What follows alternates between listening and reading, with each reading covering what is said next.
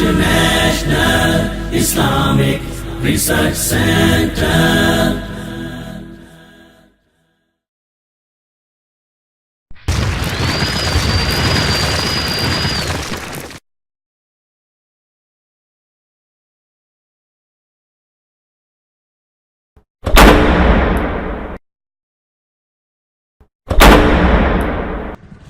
الحمد لله وكفى والصلاة والسلام على من لا نبي بعده ولا رسول بعده ولا معصوم بعده أما بعد فأعوذ بالله من الشيطان الرجيم بسم الله الرحمن الرحيم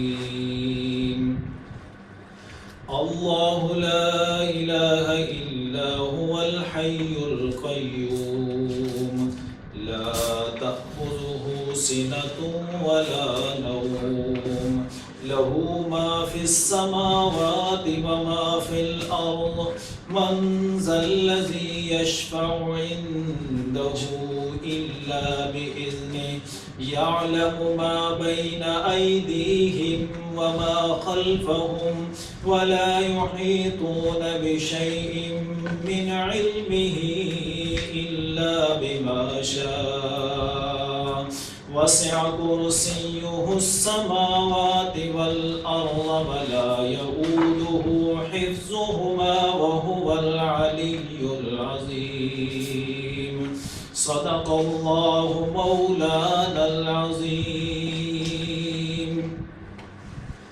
عزیز مسلمان بھائیوں، قرآن مقدس کی سب سے عظیم آیت جس کو آپ آیت الکرسی سے یاد کرتے ہیں، یہ قرآن مقدس کی تمام آیتوں کی سردار ہے۔ یہ سردار آیت اس لیے ہے کہ جس طرح اس کائنات میں اللہ رب العزت سے بڑا کوئی نہیں ہے، اسی طرح اس آیت میں اللہ رب العزت نے اپنا تعارف کروایا ہے، اس لیے اس آیت سے بڑھ کے بھی کوئی آیت نہیں ہے۔ اس میں اللہ جو باتیں ذکر کر رہے ہیں ان کو بالکل مختصر انداز میں آپ کے سامنے ذکر کرنا چاہتا ہوں تاکہ ہمیں اپنے رب کی پوری معرفت حاصل ہو جائے اور ہم اللہ کے بارے میں دوسروں کو شریک قطعاً نہ ٹھہرائیں۔ اللہ رب العزت فرماتے ہیں کہ اللہ وہ ذات ہے کہ لا الہ الا ہو، اس کے سوا دوسرا کوئی معبود نہیں ہے، وہی عبادت کے لائق ہے، وہی اس قابل ہے کہ اس کی بات کو مانا جائے، وہی اس قابل ہے کہ اس کے حکموں کو مانا جائے، وہی اس قابل ہے کہ مصیبتوں میں اسی کو پکارا جائے۔ اس کے اوپر اللہ رب العزت دلیل بہت ساری لے کے آتے ہیں۔ سب سے پہلی دلیل اللہ فرماتے ہیں الحی، وہ زندہ ہے، ہمیشہ سے زندہ ہے، ہمیشہ زندہ رہے گا۔ حالانکہ زندگی تو انسان کو بھی ملتی ہے، زندگی دوسری مخلوقات کو بھی ملتی ہے، لیکن یہاں جو اللہ فرما رہے ہیں کہ الحی، اس کا مقصود اور مطلب یہ ہے کہ اللہ ہمیشہ سے زندہ ہے، ہمیشہ زندہ رہے گا، اس کے اوپر کبھی موت نہیں آئے گی۔ اس کے علاوہ کوئی ہستی اور کوئی ایسا شخص نہیں ہے کہ جس کے اوپر موت نہ آئے، جس کو اللہ نے قرآن میں ذکر کیا کل من علیہا فان وَيَبْقَى وَجْهُ رَبِّكَ ذُو الْجَلَالِ وَالْإِكْرَامِ، ہر کسی پہ موت نے آنا ہے، ہر کسی نے موت کا ذائقہ چکھنا ہے۔ کل من علیہا فان، ہر کسی نے فنا ہونا ہے۔ وَيَبْقَى وَجْهُ رَبِّكَ ذُو الْجَلَالِ وَالْإِكْرَامِ، صرف ایک رب ذوالجلال کی ذات ہے کہ جس نے ہمیشہ زندہ رہنا ہے، اس پہ کبھی موت نہیں آنی۔ یہ دلیل پہلی اللہ نے دی ہے کہ جب وہ ہمیشہ سے زندہ ہے، ہمیشہ زندہ رہے گا، تو پھر یہ دلیل ہوئی نا کہ اس کے سوا کوئی معبود نہیں ہے، کوئی عبادت کے لائق نہیں ہے، اس سے کوئی بڑا نہیں ہے، کیونکہ یہ ہمیشہ سے ہے اور ہمیشہ رہے گا، ازل سے ہے، ابد الاباد تک رہے گا۔ دوسری دلیل اللہ رب العزت نے یہ ارشاد فرمائی القیوم، خود بھی قائم رہنے والا ہے، دوسری چیزوں کو بھی قائم رکھنے والا ہے، خود قائم رہنے میں کسی کا محتاج نہیں ہے، دوسری چیزوں کو قائم رکھنے میں کسی کا محتاج نہیں ہے. حتیٰ کہ آسمان کو ہم دیکھتے ہیں کہ اللہ نے اس کو قائم رکھا ہوا ہے, کسی دوسری چیز اس کے اندر معاون نہیں بن رہی ہے کہ اس کو اللہ قائم رکھے. حتیٰ کہ کوئی ستون نہیں ہے, کوئی نیچے سپورٹ نہیں ہے کہ جس کی وجہ سے اللہ اس کو قائم رکھے ہوئے ہیں. نہیں, اللہ رب العزت اکیلے اس کو قائم رکھے ہوئے ہیں. سورج, چاند, ستارے, جو کچھ بھی آسمان دنیا پہ آپ دیکھتے ہیں وہ تیر رہے ہیں, سب کے سب اللہ نے تھامے ہوئے ہیں. جس دن اللہ رب العزت نے ان کو حکم دینا ہے سب نے ٹوٹ جانا ہے. اللہ نے آسمانوں کو لپیٹ لینا ہے, زمین کو اللہ نے ختم کر دینا ہے, دریا اور سمندر سب بہا دینے ہیں اللہ رب العزت نے. تو یہ بھی اس بات کی دلیل ہوئی نا کہ اللہ کے سوا کوئی معبود نہیں ہے, اس کے سوا کوئی عبادت کے لائق نہیں ہے, اس کے سوا کوئی پکار کے لائق نہیں ہے. جب وہی ہے قائم رکھنے والا تو اپنے آپ کو قائم رکھنے کے لیے اسی سے دعا کرنی چاہیے, اسی کے سامنے اپنے ہاتھوں کو پھیلا دینا چاہیے.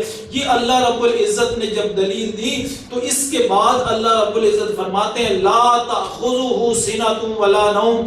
زندگی تو زندگی رہ گئی, ہمیشہ سے رہنا اور ہمیشہ تک قائم رہنا, یہ تو بہت بڑی دلیل ہے. اللہ فرماتے ہیں لا تأخذہ سنۃ ولا نوم, اس کو کبھی نیند نہیں آتی, اس کو کبھی اونگ نہیں آتی.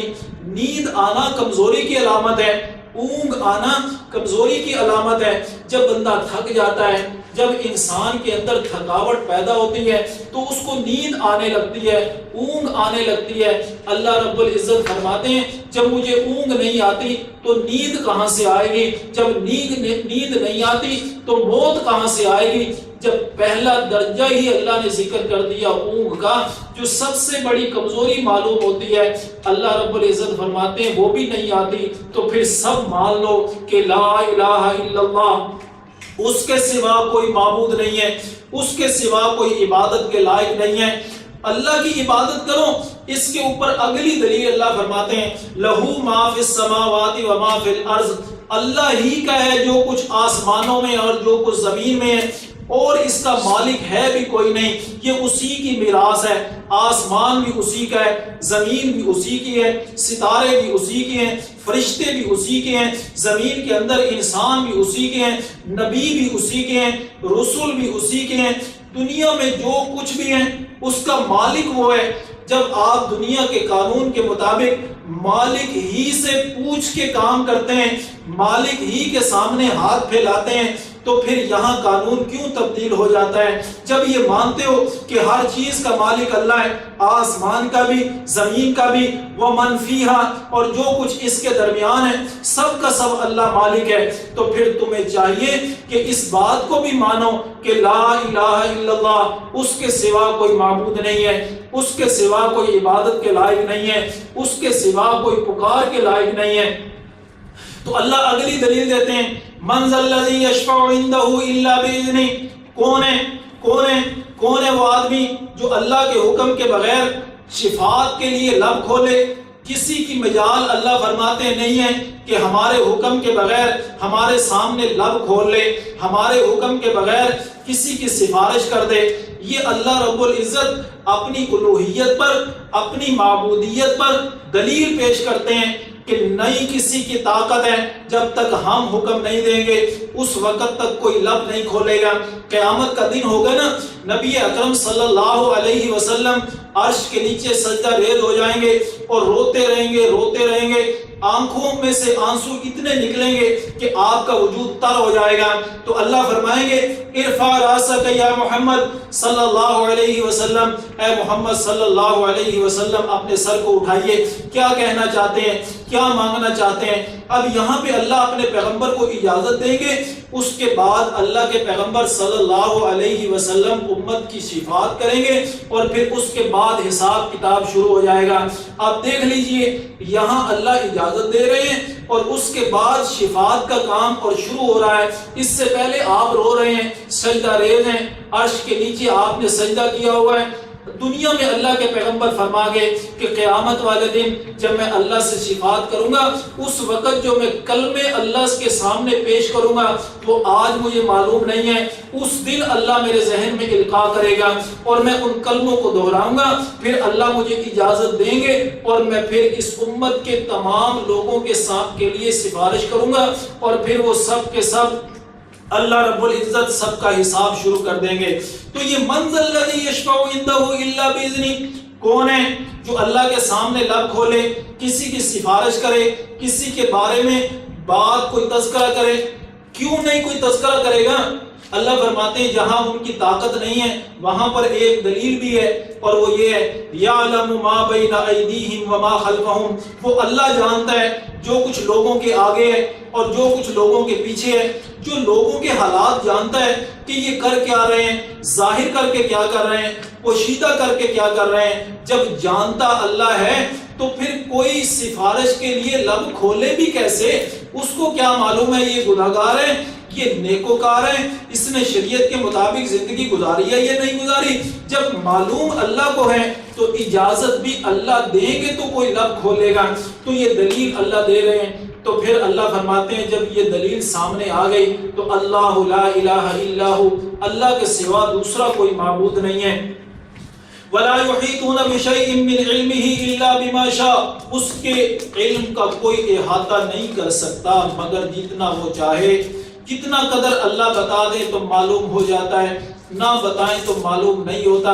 پہلے دن سے یہ سلسلہ چلا، اللہ رب العزت نے فرشتوں کو نہیں بتایا تو فرشتوں کو معلوم نہیں ہوا، آدم علیہ السلام کو سکھا دیا، وَعَلَّمَ آدَمَ الْأَسْمَاءَ كُلَّهَا، سارے کے سارے نام اللہ نے آدم علیہ السلام کو سکھائے تو آدم علیہ السلام کو معلوم ہو گیا، فرشتوں کو معلوم نہ ہو سکا۔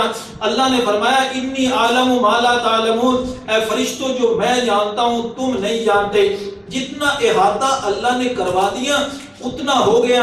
اس کے بعد جب زمین پہ اتار دیے گئے، قابیل نے حابیل کو قتل کر دیا، اب قابیل پریشان ہے کہ میں کیا کروں۔ اب اللہ نے علم دیا ایک کوے کے ذریعے کہ کوے نے اس زمین کو کھودا اور کھودنے کے بعد اپنے دوسرے کوے کو اس میں دفن کر دیا۔ اب یہ اگلا علم حاصل ہو گیا قابیل کو، قابیل نے بھی اسی طرح کھودا اور کھودنے کے بعد اس کو اس میں دفن کر دیا۔ یوں اللہ خود علم کا احاطہ کرواتے چلے جاتے ہیں، کبھی کتابوں کے ذریعے، کبھی صحیفوں کے ذریعے، کبھی الہام کے ذریعے۔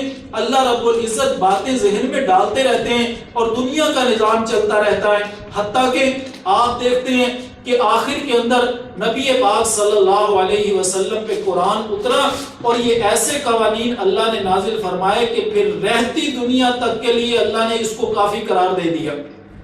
تو جتنا اللہ احاطہ کروا دے، وسع کرسیہ السماوات والارض، اس کی کرسی وسیع ہے زمین و آسمان کو۔ یہ بڑی اہم بات اللہ نے ذکر کی ہے۔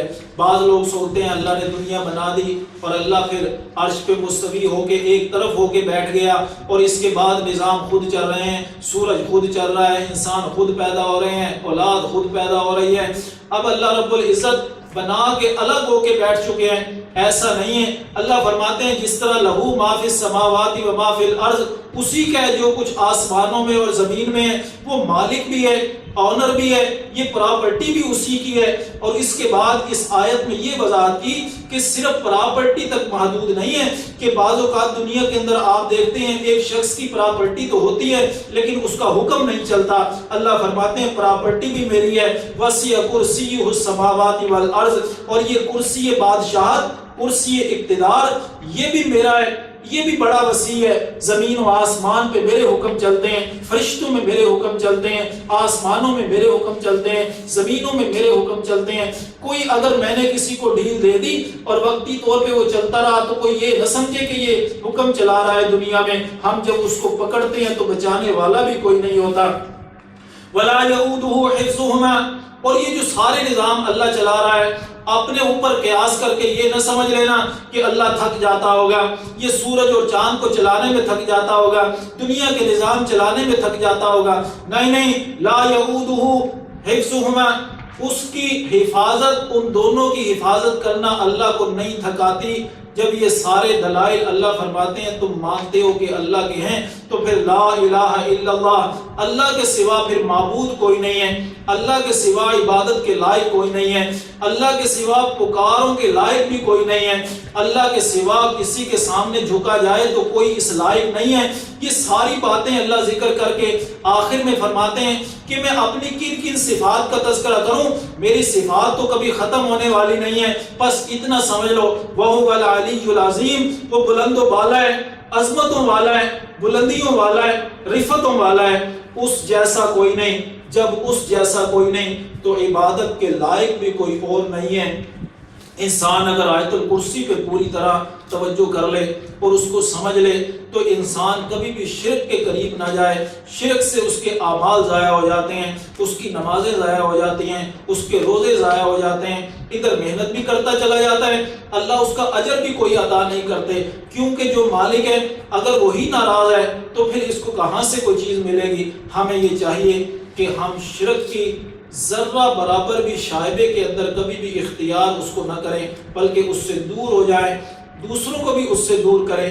اللہ رب العزت ہمیں آیت الکرسی کو سمجھ کے شرک سے دور ہونے کی اور اللہ کی توحید کے اوپر کاربند ہونے کی توفیق نصیب فرمائے۔ وما علینا الا البلاغ۔